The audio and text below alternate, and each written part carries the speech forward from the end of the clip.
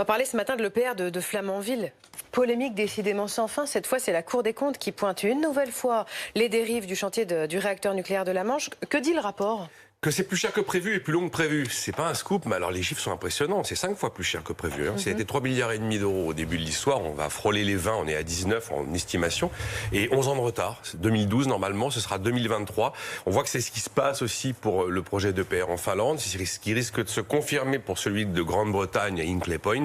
On a un retour d'expérience. Ce sont les 2 réacteurs EPR d'EDF à Taishan, en Chine, qui, eux, sont en activité, sont les seuls au monde. Bon, qu'est-ce qu'il faut faire alors? Il faudrait fermer l'EPR de Flamanville. Enfin, au point où on en est, on peut plus. De toute façon, c'est un échec industriel et commercial. Mais la Cour des comptes arrive à quelques conclusions. D'abord que la rentabilité est douteuse. Le mégawattheure est estimé entre 110 et 120 euros, tandis que normalement c'est 50 euros pour une centrale nucléaire classique. Du coup, deuxième conclusion, c'est pas intéressant pour le contribuable français, même pour le consommateur. Est-ce qu'il faut aller plus loin? Il y en a 6 normalement des EPR qui doivent être dévoilés, enfin des projets qui doivent être dévoilés début 2021. Là, la Cour pose la question et elle y répond quasiment en estimant qu'EDF n'a plus les moyens et qu'il faudrait des garanties d'État, voire des aides d'État. On a vu un rapport de Jean-Martin Folz fin 2019 qui disait EPR égale à catastrophe industrielle et Bruno Le Maire lui-même avait parlé d'échec à la suite d'un autre audit.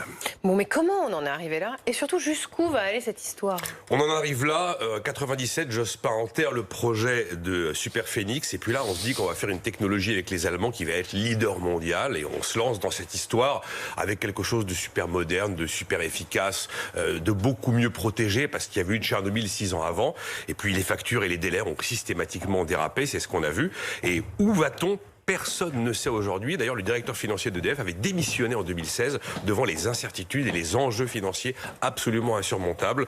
Donc voilà, c'est un fiasco technique et commercial, c'est clair. Et pourtant, l'atome civil, c'est bien la seule source d'électricité qui n'émet pas d'émissions, enfin qui n'émet pas de gaz à effet de serre, avec les renouvelables, bien sûr.